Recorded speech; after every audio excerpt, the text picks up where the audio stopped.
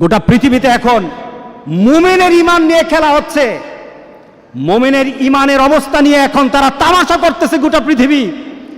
ওরা টেস্ট করতেছে মুমিন কি জীবন্ত মুমিন না মুমিনগুলি মরা মুমিন। গোটা পৃথিবীর ইহুদি খ্রিস্টান আর হিন্দুরা এখন পরীক্ষা করতেছে আমাকে। এটা আমার রাসূলের কথা। মরে দেখো তোমার শান, তোমার মর্যাদা, তোমার অবস্থান, তোমার ক্ষমতা, তোমার অর্থ, মরে দেখো। তুমি যদি নিজের জীবনকে মূল্যায়ন করতে না পারো, আল্লাহ যেটা বলেছেন ইল্লাল্লাযীনা আমানু, যদি ইমানদার না হয় মরো, তুমি কতটুকু ক্ষমতা, তোমার কতটুকু অর্থ, তোমার কতটুকু গাম্ভীর্যতা, তোমার কত মর্যাদা। ফেরাউন, সাদ্দাত, নমরুদ তো দুনিয়াতে থাকতে পারে নাই। কথা ঠিক আছে কিনা বলেন? ফেরাউন, সাদ্দাত, নমরুদ তো দুনিয়াতে নাই। আছে নাকি? ফেরাউনের বাড়ি আছে, সাদ্দাতের বাড়ি আছে, সম্পদ ছিল কিনা বলেন?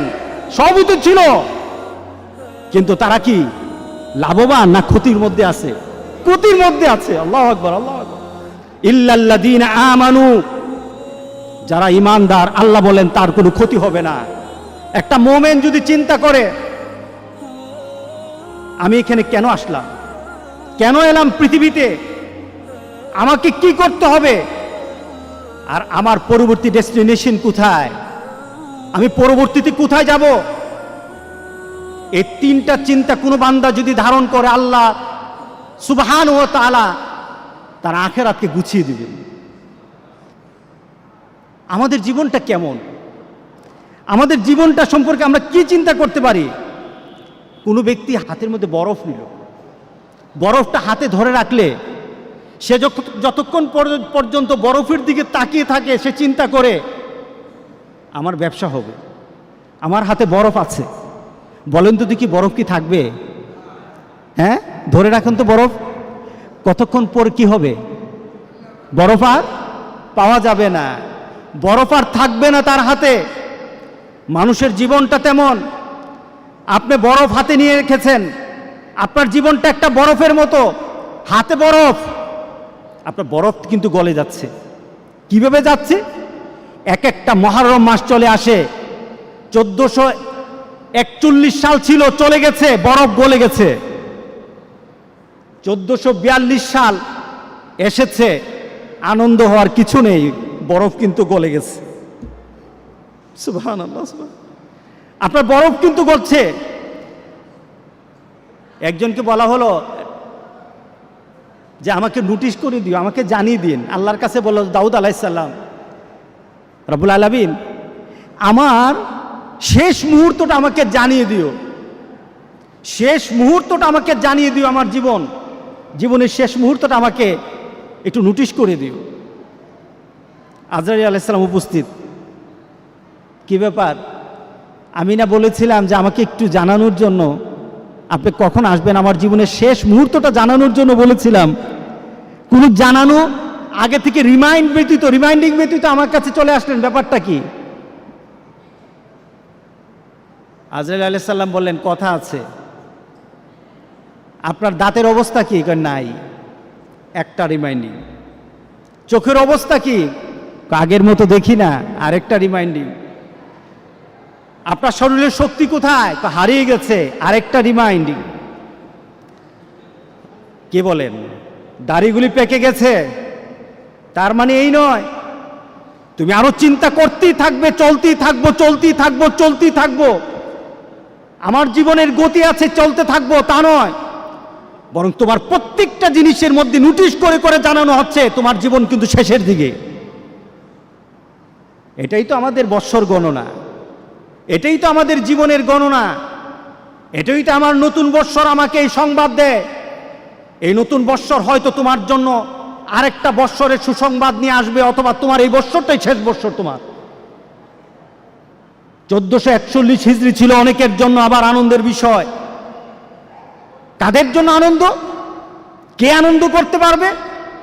1441 সালের মধ্যে যারা এসেছে, যারা ছিল, আজকে যারা নেই, তাদের মধ্যে কাদের আনন্দ?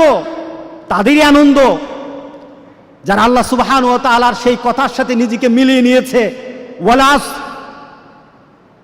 সময়ের কসম, সময়ের কসম, দুনিয়ার পরিবর্তনের কসম, দুনিয়া যে পরিবর্তন হচ্ছে সময় দিয়ে, আল্লাহ সুবহানাহু ওয়া তাআলা ওই সময়ের কসম করে বলে আসরের সময়টা কখন বলেন তো দেখি? বেলার, দিনের শেষ বেলা, দিনের শেষ বেলা, ওই সময়টার নাম কি? এরপরে কি হয়? গুরুব, ডুবে যায়। এরপর কি হয়? মাগরিব। মাগরিব না? দেখুন আল্লাহ সুবহানাহু ওয়া তাআলা আসরের নামটা নিলেন সময়কে বলার জন্য, অর্থাৎ সময়টা তোমার এত কম, তোমার সময়টা এত কম, তুমি আসরের সময় মাত্র আছো, একটু পরে কিন্তু সূর্য ডুবে যাবে।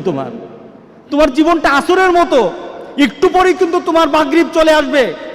অর্থাৎ তোমার জীবনের যে সূর্যটা আছে, সূর্যটা কিন্তু প্রান্তে চলে এসেছে। তুমি সব সময়, তোমার জন্ম থেকে তুমি জীবনের প্রান্তে আছো, ডুবে যাবে একটু পরে মাগরিব হয়ে যাবে।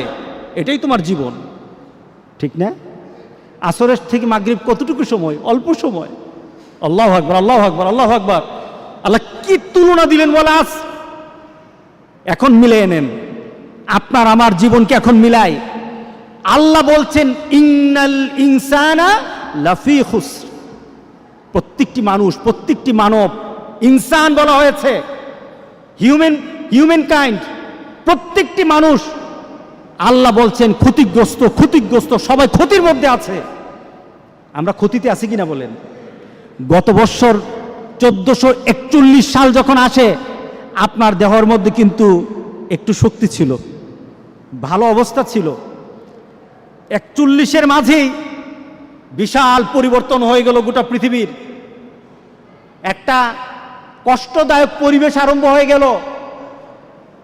যার সাথে কথা বলি শরীরটা ভালো না, আগে তো শরীরটা ভালো থাকতো, এখন যেন কেন ভালো না, খালি জ্বর উঠে, ঠিক না? আগে তো এত কাশ দিতাম না, এখন খালি কাশি দিলেই মনে করে যে আমার জীবনের অবস্থা এদিক ওদিক হয়ে গেছে। কথা ঠিক আছে কি না?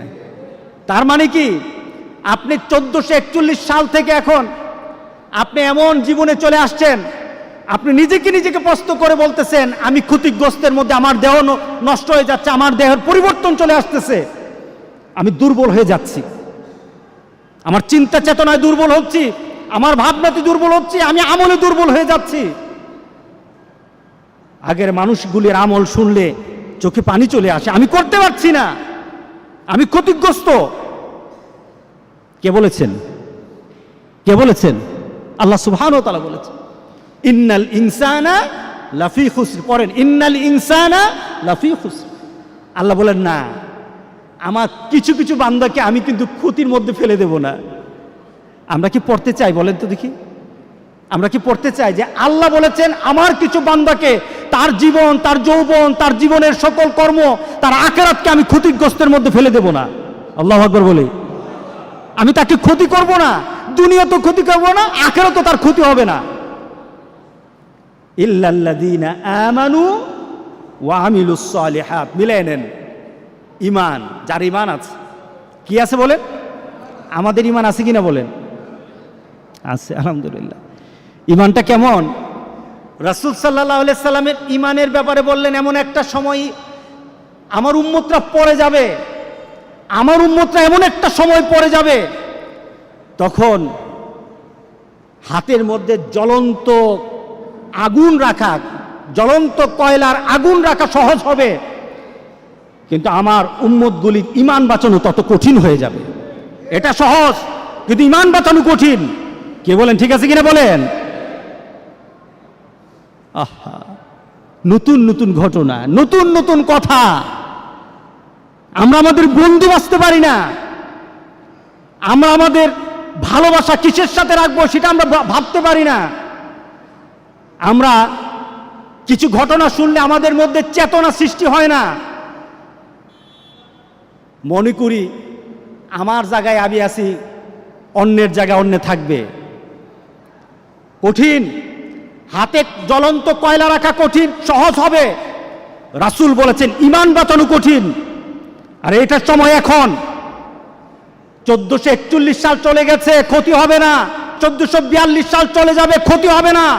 1443 সালে সে থাকলে থাকুক, আমার ফয়সালা, আল্লাহর ফয়সালা। আল্লাহ বলেন আমার ফয়সালা হবে। কিন্তু তার মধ্যে যদি ঈমান থাকে তার কোনো ক্ষতি হবে না।